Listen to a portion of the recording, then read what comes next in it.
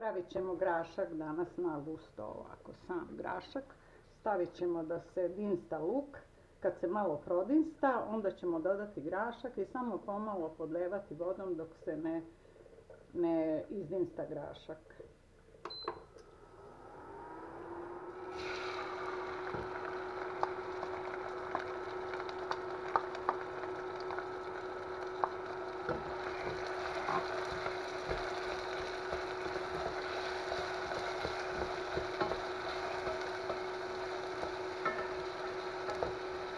Prodinstali luk koji smo posolili da se brže otopi, sad ćemo dodati grašak i podliti malo vodom da se dinsta.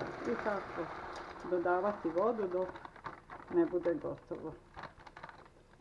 Začine u grašak, a ja i stavljam šećera obavezno malo da bi bio grašak malo mekši.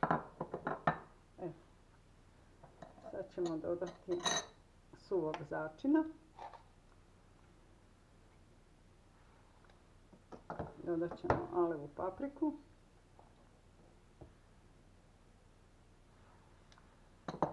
I dodat ćemo mirođi.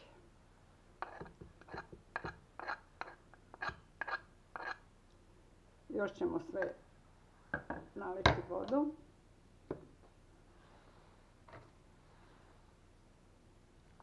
I još da se dinsta.